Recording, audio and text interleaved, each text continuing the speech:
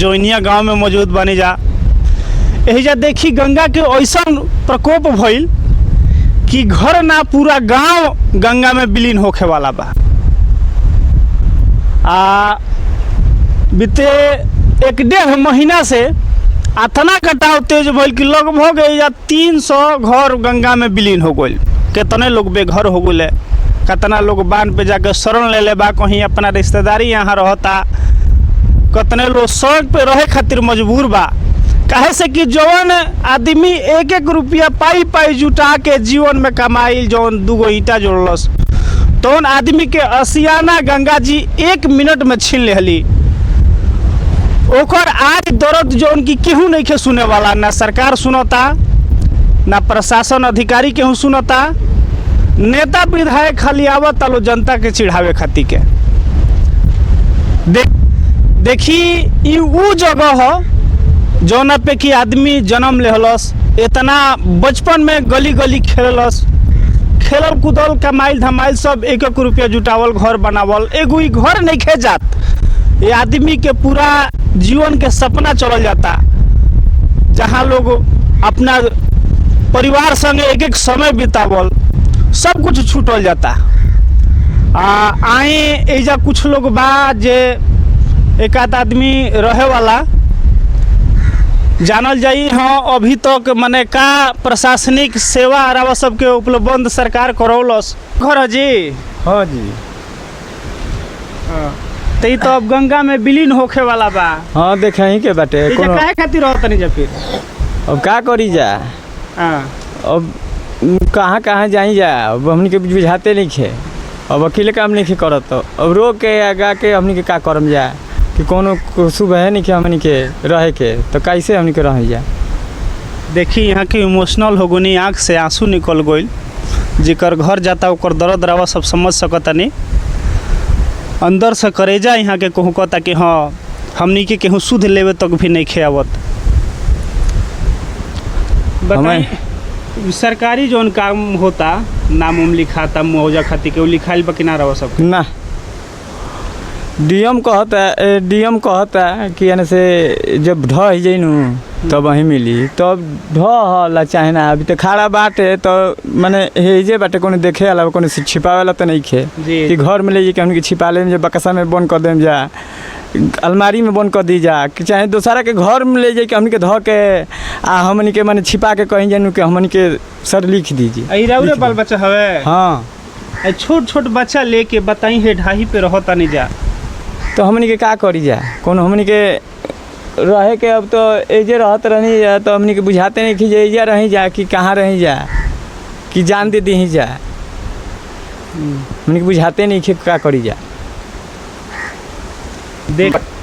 देखिए एहिजा के लोग के आतना ना दर्द बा कि घर तो छूटल जाता, अपना जान देवे पर भी उतालू आदमी बा के हाँ जब घरे ना रही तो हम जी के का करब। हती छोट बच्चा लेके सड़क किनारे बांध पे रहल राव सब समझ सकतनी जा कि कितना कष्टदायक बा। देखी हई गंगा के प्रकोप राव सब देख सकतनी, हई आधा घर गंगा में विलीन हो गइल। आई घर अधवे बाचल बा, तबो सरकारी अधिकारी जे भी बा उ लोग कहता लोग कि हाँ जब तक पूरा घर भस ना जाई तब तक कोनो मुआवजा ना मिली, कि ना जी? हाँ, बात सही हटे। अब बने यह देखे के बाटे, अब बाचल बाटे बचबो करिए रही जा, बाल बच्चा चाहे कोई अब एमे माने हमनी के डूबा ही के नुबा। जी हाँ, मतलब कि केहू आवता विधायक चाहे कोनो कर्मचारी आवता तो कहता कि से ढही तो घड़ी लिखाई। हाँ, तो माने अब ढह चाहे तब ढह, कोनो ई नहीं खेनू कि से हमनी के 5 क्वेश्चन बनी जा चाहे 10 क्वेश्चन बनी जा, माने ये देखे गला सवाल बाटे। अपना कोने घर के यहाँ बनी जाए जे कछार बनल बाटे। जी वो तो देखत नहीं जा, देखत बनी जा, गंगा में विलीन हो गई। कोनो तो हमनी के छिपावे के नहीं खे। जी सरकार से रहो सब का गुहार लगावल चाहब कि सरकार से अभी ये गुहार लगावत कि वहाँ के विचार कि का करम का ना। अब तो हमनी के एक माटी ढो के जैसे हमनी के कई के मजदूरी कई के घर बनौले रहनी अपन रहे के खोता बाकी हमनी के खोता उजड़ गइल हैं।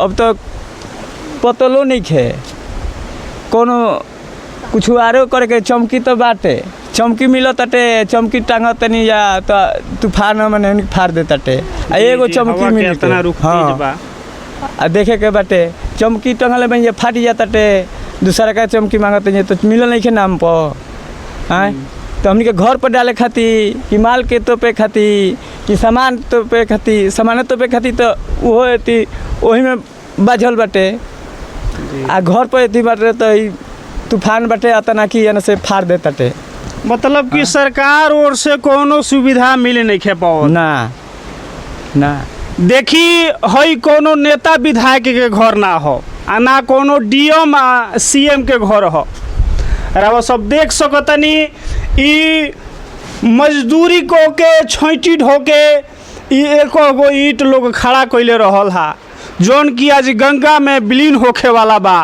आधा घर गंगा के कटाव में चल गइल। देख ली ही रवा सब देख सकतनी कि सब कुछ तहस नहस हो गइल।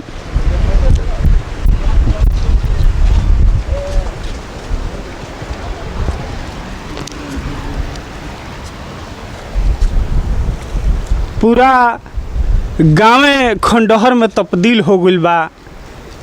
एहिजा एगो जानवर ले नहीं खे जंजेब जे देख सकतनी हई कतना सुंदर सुंदर लोग घर बनौले रहल हा तनी हेने देखा दी मेहनत मजदूरी के ई कमाई हो।